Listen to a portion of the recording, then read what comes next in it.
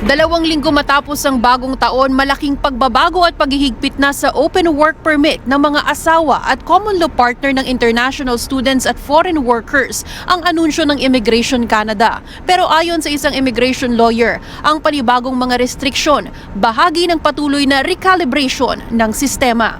Ito yung third part ng reforms na sinasabi ng immigration sa International Student Program at Postgraduation Work Permit Program. Simula January 21, limitado na ang mga kwalipikado para sa Spousal Open Work Permit o SOWP.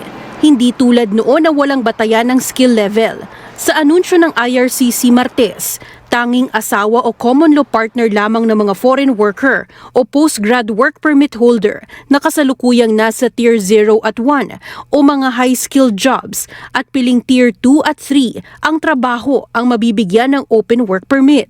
Tier 2 or Tier 3 occupations gaya ng mga tradespeople or na mga sabihin natin food service shift supervisors, Tier 3, kailangan prioritize nito ng gobyerno. In other words, in-identify nila ito as government priority or kung saan mayroong labor shortage. Limitado pa sa ngayon ang listahan ng mga nasabing piling Tier 2 at 3 occupations na pasok sa bagong eligibility requirement at sa January 21 pa mismo ilalabas ng IRCC ang buong listahan ng eligible occupations. Sa madaling salita, hindi na kwalipikadong tumanggap ng open work permit ang asawa o common law partner ng mga PGWP holder na semi-skilled o low-skilled ang trabaho. Sa isang halimbawa ni Dangzalan, Kung itong si Jane hindi makahanap ng trabaho as an assistant nurse or as a nurse or halimbawa siya ay nagtrabaho lang, kailangan pantawid gutom lang na nagtatrabaho as food counter attendant sa isang fast food chain. Ito ay Tier 4 job, for example, ay magkakaproblema tayo dahil hindi ito saklaw ng eligibility para sa kanyang asawa. pero anya, ang mga paghihigpit na ito may pagkakatulad din sa dati ng patakaran ng bansa bago ang pansamantalang mga pagluluwag sa polisiya. Before the pandemic hit, balikan natin napakasimple lang. Ang mga PGWP holders, ang kanilang asawa at common law partners ay pwede lamang mag-apply ng open work permit extension kapag ang PGWP holder ay nasa isang skilled occupation. Back then, it was NOC 0, A, and B. So nakikita natin na yung realignment ay pasok din dun sa dating programa. Sa mga asawa o partner naman ng mga international student, kinakailangang kumukuha ng masters na nasa 16 na buwan o higit pa, doctoral o PhD programs o piling professional degrees at eligible programs ang estudyante. Masasagasaan nito ay ang mga program na masters ng 1 year. Marami kasi sa mga professional masters program ay natatapos ng 2 semesters lamang. So, kailangan kapag namimili tayo ng programa, even at the master's level, kailangan masinop at mabusisi ang ating pag-research pagdating sa eligibility for spousal open work permit, pati na rin sa potential PGWP eligibility. Paalala ni Dangzalan sa mga Pilipinong nangangamba sa kanilang mga status sa Canada. May mga work permit ngayon, kung ano yung validity date nila, okay lang. Kung nakapag-file na kayo ng inyong open work permit for your spouse, huwag kayong mabahala. Hindi naman po retroactive ang application ng batas. At ang mga hindi pa nagfa-file, kung maaari, mag-file na kayo ngayon pa lang para maunahan ninyo ang come into effect nitong bagong rule na ito. Paula Sara.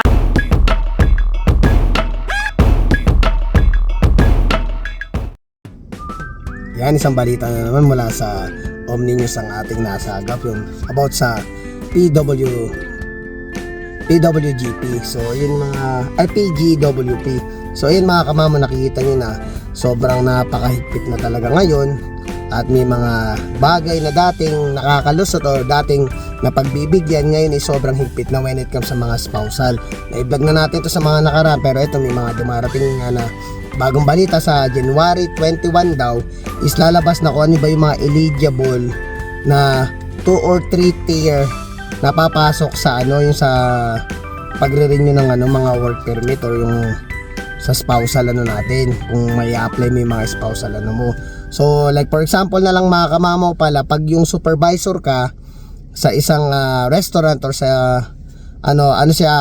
para siyang under siya ng tier 3. So automatic may chance siyang makapag-apply or makapag-renew man ng kanyang work permit. So hintayin na lang niya sa January 21 kung malaman pa yung ibang kasali. So ngayon wala pa hindi pa lumalabas talaga yung exactly kung ano may mga trabaho o yung trabaho nyo na pasok dun sa sa under ng tier 2 at 3 sa yung eligible na pwede nating mapagbasihan. At the same time mga kamamaw, yung mga tinatawag nating mga semi-skilled tsaka yung low skilled. Ako kasi mga kamamaw, nung nag-apply ako ng permanent resident ko is under ako, semi-skilled ako. So mga kamamaw, iniisip ko nga talaga kung mga panahon ngayon, ngayon ako nag-a-apply na mga kamamaw, wala na akong chance. Talagang delikado na. Kaya kumbaga laging ko nga sinasabi, nagpapasalamat ako sa taas na talagang yung perfect timing ba ng pagbibigay sa akin ng pagkakataong makarating dito sa Canada is nauna-una. Kumbaga God's will talaga yan mga kamam. Kaya naniniwala talaga ako dun sa sa God's will, kung ano talaga yung nakatadhana sa iyo, bibigay sa iyo ng Panginoon, ibibigay niya talaga sa iyo. Maghintay ka lang. Basta ang mahalaga mga kamamaw, hindi mawawala kasi yung pagtsatsaga, pagsusumikap mo, tsaka dasal. Yun ang mga batayan natin bakit tayo nakarating dito sa Canada, di ba mga kamamaw? Kaya nagpapasalamat ako sa taas. So ngayon napakahigpit na. So naano ko na lang pala na natin na yung under kasi ng mga ganyan sa PGWP, kumbaga ba yung mga panahon kasi dati, talagang pag ina-apply mo kasi siya dati, yung mga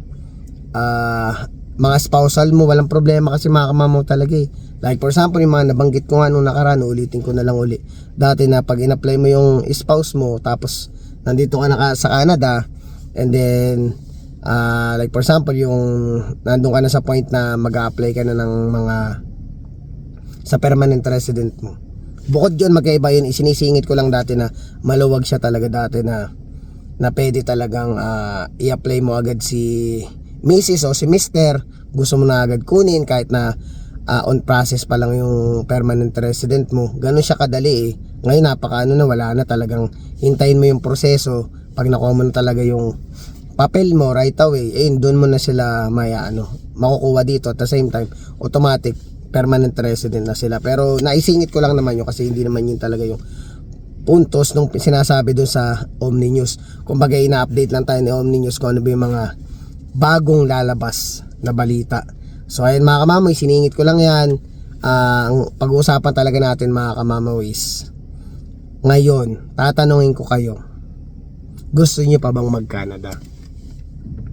Ganun ang mga tanong ngayon sa mga isip ng mga bawat isa. Ngayon nakikita natin yung mga balita, dumarating na ang laki ng pagbabago, mga naghihigpit. Like for example, tumataas din yung cost of living dito sa Canada. Lahat ng bagay dito sa Canada ay nagmamahal na. So ngayon, asa bago ka, like for example, ako, bagong dating ako, iaano ko yung sinusweldo ko dati, like na 10 years ago, yung sinusweldo ko ngayon is gagamitin ko ngayong taon na ito. Sa tingin mo ba makakasurvive si kamamaw? I don't think so, mga kamamaw. Kasi ang starting ko dati when nag-start ako dito sa Canada, i-share ko na lang din para sa mga hindi nakapanood, marinig o makita nila yung mga pangyayari, yung pagkakaiba mula noon hanggang ngayon. So ngayon dati kasi mga kamamaw, yung sinusweldo natin is $11.25 per hour. So yun yung sinusweldo ni kamamaw nung dumating ako dito. Isipin mo, pumapalo siya ng like around, sabihin natin na mga 1,500 or 1,600 siguro monthly na yun. Nakatax na yun. Isipin mo yung 1,600 mga kamamaw. Babudgetin mo yun. Siyempre sabihin natin nung time na yun, wala pa sila misis, wala pa akong kasama dito. So ngayon pumapalo siguro yung mga renta natin sa bahay like around 600 to 650. Yun ang papalo siguro sa ngayon kasi ngayon ganun ang kamahal talaga 600 to 650 siguro yung makakuha tayo ng parang room for rent, parang mga ganun. Pero yung kukuha ka talaga ng basement suite, around na yun, 1,200 pataas na yun. Naswertehan lang namin bahay namin na 1,150. So ayun, sipin mo sa 1,600 Canadian dollar, ibabawas mo na yung 650. So 950 na lang natira. Yung 950 iyon, may mga binabayaran pang insurance. Like for example, kumuha ka ng life insurance mo, kumuha ka ng phone sa phone mo, yung bills mo sa phone. Like for example, yung phone bills is like, sabihin natin 70 to 80. So from 900 yung natira mo, ay magtama ba? 850 pala kung sakaling 650 or ganun. Basta sabihin natin 600 na lang. So 900 na lang, bawasan mo ng 90 is 820. Gawin natin 80 lang. 820 na lang natira. Pagkain mo pa. Sabihin na natin ngayon yung pagkain mo sa mahal ng bilihin ngayon, kung nag-iisa ka, mahina na yung 300 sa isang buwan. Talagang tipid ka na nun. So may natira ka pang 510. Siyempre magpapadala ka pa sa Pilipinas, di ba? Magkano matitira mo papadala mo sa Pilipinas? Halos one half, more than one half or 60% na ng sweldo mo is ginagamit mo pa dito. Ay may insurance pa pala. Sabi natin insurance mo 100 o 410. Yung 410 from 1,600, 410 na lang yung perang natira sa iyo, papadala mo sa Pinas, di ba? Sobra napakahirap na talagang masasabi mong battle of the fittest talaga mga para ma-survive mo tong Canada. Sobrang talagang kailangan pag-isipan mo mabuti, talagang planuhin mong mabuti. Dapat handa ka pa nagpunta ka dito, dapat talagang kaya mong suugin. Sabi nga naman nila, syempre lahat naman ng pagsisikap na yun mga balang araw mapapalitan din yan ng basta magsumikap ka lang, basta may tiyagang kasama, asipag, may may ibubunga yan. Syempre sa simula, yung kwentuhan natin ito is kung nagsisimula ka pa lang, di ba? Isusurvive mo yon. Like for example, after 2 years, na-survive mo na siya, syempre magkakaroon ka ng pagkakataon dahil kung mape-permanent resident ka, lalo dito sa Saskatchewan, mas malaki yung pagkakataon magkaroon ng permanent resident na na papel. So ayan, sabi natin after 2 years nakasurvive ka. Maraming salamat Panginoon sa taas. Nakasurvive ka, kinaya mo. So ayan, doon na magsisimula yung magka-permanent resident ka. Doon ka napapalo na magkakaroon ka na ng iba't ibang pagkakataong makapag-apply ng trabaho. So yun na yung papasok na lahat yun mga kamamo. So syempre, hindi ko naman na inaano kayo, parang binibigyan kayo na sumuko kayo, hindi. Lumaban kayo. Yun lang. Ang tinatanong lang dito is, pangarap mo pa ba talaga sa mga balitang naririnig mo ngayon dito sa Canada? Is ang tanong ay pangarap mo pa bang pumunta dito? So yun naman, ang hikayat ko naman sa inyo, after 2 years magka-permanent resident kayo, makapag-apply kayo ng ibang trabaho. For sure naman mga kamama, marami naman trabaho dito, basta magsisikap ka lang. Tsaka at the same time, hindi mawawala yung mga koneksyon at tinatawag. Kung ikaw may mga kaibigan ka, may mga katrabaho ka na kakilala nila, katulad ko, ako ngayon dito nakapasok tayo sa Co-op warehouse, di ba? So nagkaroon tayong pagkakataon na chance na magkabago ang ating trabaho. Tsaka syempre maganda rin dito sa trabaho natin yung sa insurance, yung mga benepisyo. Yun yung mga bagay na maganda kapag na-survive mo na yung point na nagkaroon ka na ng papel, na andun na magsisimula lahat yun. Doon na papasok yung parang eto na dito na makapagsimula talaga. Pwede ko nang makuha yung pamilya ko, pwede na ako magplano kung ano ba yung mga bagay na dapat kong gawin pag naandito na ako. So mga mama, tutuloy natin mamaya yung kwentuhan natin. See you later. Yan mga mama, isilip ko lang kasi nakaraan dito ako nag-vlog eh. Copyright ako. Sayang naman yung pinaghirapan ni kamama kung makapiright. Sana double check ko na. And okay na. So ayun mga kamama, bago natin ituloy yung kwentuhan natin, naimbitahan pala tayo ni Kuya Mark Carino ng Carino family. Siyempre kasama dun yung mga sikat na vlogger dito sa Canada. Nandito si Ate Ina Andalong, nandiyan din si Kuya Rice Velasquez, siyempre Isot Pinoy #1. Yan, so since day 1 pinapanood ko na talaga yung Spot Pinoy. Although minsan hindi natin napapanood ipiniplay ko yung video pag nandun ako sa bahay para at least para supportang views sa mga mga YouTuber dito sa Canada.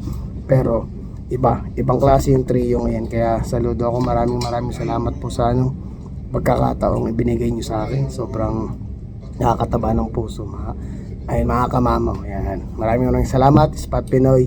See you tomorrow. Interview nila ako ng around 6:30 PM. Yan, so isiset ko na yan. Isiset ko na yung oras natin.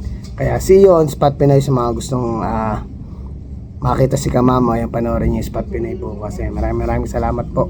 So ayan, tutuloy na natin yung ika-clarify ko lang yung paninang vlog natin na sinasabi ko is parang about dun sa yung mga budget pa natin. So lang naman yung budget na yung sinasabi ko, yun yung per hour ko yung 10 years ago. Kung ibig sabihin ko, kung iyon ay tumama ngayong taon na to, paano mo isusurvive yung sarili mo. So ngayon medyo nagtaas na rin yung per hour dito sa Saskatchewan, like around 14.25 or 14.50 if I'm not mistaken. Medyo tumaas na ng konti, like tumaas na siya ng $3. So kahit paano malaking bagay yung $3 na yun. May dadagdag din tayo dito. Yan. Siyempre, yung mga kumbaga yung nakwenta natin yung so natira na lang parang magkano na lang, parang 400 something na lang, di ba? Eh siyempre yung mga gastos mo pa, lalo kung bago pa lang dito, siyempre kahit paano yung iba, hindi naman lahat, yung kasing iba may mga pera talaga. May mga budget talaga malanang dumating dito. Yung iba, siyempre nagkaroon ng utang sa Pilipinas, nang hiram ng may mga ganun, nagbenta ng lupa, yung mga ganun ba. So siyempre kahit paano inuhulog-hulugan mo pa rin yun buwan-buwan, di ba? Hindi natin alam kung magkano yung basta. Siyempre minsan may mga part nun na yung partial ng sweldo mo is inuhulog mo dun sa meron din tayo ditong yung sa gas pala o kaya sa bus, kasi kung wala ka namang sasakyan, for sure magbabas ka conformity sa napuntahan mong lugar. Like dito sa Saskatchewan or Saskatoon, may times na mas pinipili ng mga tao yung kung wala naman silang sasakyan, pinipili nila yung walking distance. So naghahanap na sila ng mas malapit na mauupahan doon sa trabaho nila para lakad na lang, kasi malaking bagay din naman yun. So hindi ko na sinama sa siguro yung gas tsaka yung pero lang syempre kung mamamasyal ka or mga biglaang alis na kailangan mong di ba, magbabaykin, taxi ka, magkano rin ang taxi dito, parang ilang kilometro lang, parang pinakamababa na $15 ganun. So yun lang naman mga bagay na ma-share natin ngayon, di ba, dito sa vlog. Sobrang nakakaano lang talaga na minsan is parang iisipin mo ngayon sa nangyayari ngayon, kakayanin mo ba? Pag-isipan mo mabuti, diskartehan mo mabuti. Mahirap yung pabigla din yung desisyon mo, tapos pagdating mo dito, ay hindi ko pala kaya, sayang yung yung effort. Kaya kung ang pinakamagandang masasabi ko, kung nandito ka na, lumaban ka na, tiyagain mo na. Di naman din para sa yun, para sa kinabukasan ng pamilya mo rin yan. Kaya may naririnig ka na umuwi na, sumuko na, hindi na kinaya. Kumbaga magkakaiba rin naman tayo ng sitwasyon. Hindi naman lahat ng porque sinabi na naghihirap na dito, ang hirap ng mga Pilipino, yung mga sitwasyon nila, although totoo naman yun. Pero syempre may mga bagay naman tayo na baka magawa natin ng paraan. Pero at isang mahalaga, ulitin ko, lagi kayong nasa legal na sitwasyon. Huwag kayong papatol dun sa parang mga undocumented or mga hindi siguradong desisyon. Mamaya mahuli pa kayo, maban pa kayo sa Canada, di nasira pa yung di ba, tinatawag yung Canada Dream. So ngayon, itong nangyayari ngayon sa dito sa Canada Dream pa ba sa inyo ng natin, laban lang yan. Maraming bagay na pwede nating dasal sa taas. For leader of the Liberal Party and Prime Minister of Canada.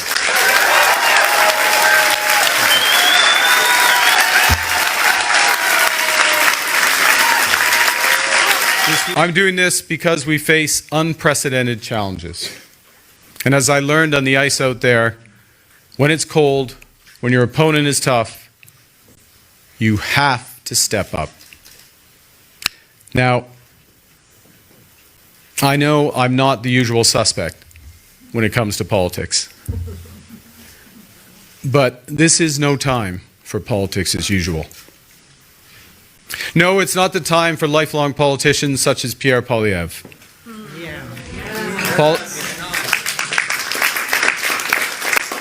Politicians with bad ideas, naive and dangerous ideas. And I think the worst. Yan pa mga kamamaw, dito muna tayo sa ano. Nagpapahangin ako sa labas. Actually mga kamamaw, parang 1 hour ago, meron tayong balita na naman lumabas mga kamamaw. Ito na yung, ewan ko lang kung hinihintay ng iba o siguro kung mahilig ka sa politics. Ako hindi naman ako mahilig, usual naman kasi ako. Kaya ko lang inaano tong mga sistema dito sa Canada para i-share ko lang sa inyo. So ngayon, si Mark Carney ang bagong Prime Minister ng Canada. So si Mark Carney ang pinili ng Liberal Party para pumalit kay Justin Trudeau. So ayun mga mama, may video rin ako mga mama, nakakuha ako ng video kaso ang haba nun 8 minutes eh. So parang sabi niya parang ano lang niya, hindi daw siya in politics talaga, tsaka hindi niya ini-expect na siya yung mapipili. So ngayon titingnan natin kung paano yung way ng ano niya, pagpapatakbo niya dito sa Canada, kung ano yung mga plano niya. Lahat naman yan mga kamama, susuportahan naman natin. Ang dinadasal lang natin sana mapaayos ang pagpapatakbo sa Canada kasi nga tayo kasi ang makikinabang doon. At the same time, kumbaga kung mapatanggal nila yung tax na tinatawag na yung sinasabi ni Poilievre, kung kaya din yan tanggalin yung tinatawag na carbon tax, malaking bagay sa amin yun mga kamama. Kaya ngayon susubaybayan natin kung ano yung mangyayari until October. For sure, sa October na darating na halalan, siya na yung tatakbong Prime Minister. We'll see. Tingnan natin kung paano ang pagpapatakbo ng isang Mark Carney. Abangan natin mga kamamaw. Mga kamamaw, lakas ng bagyo sa labas. Tuloy natin yung usapan natin mga kamamaw. So, ito na. Yung ano na nga natin, dagdag na natin yung bagong Prime Minister ngayon mga kamamaw.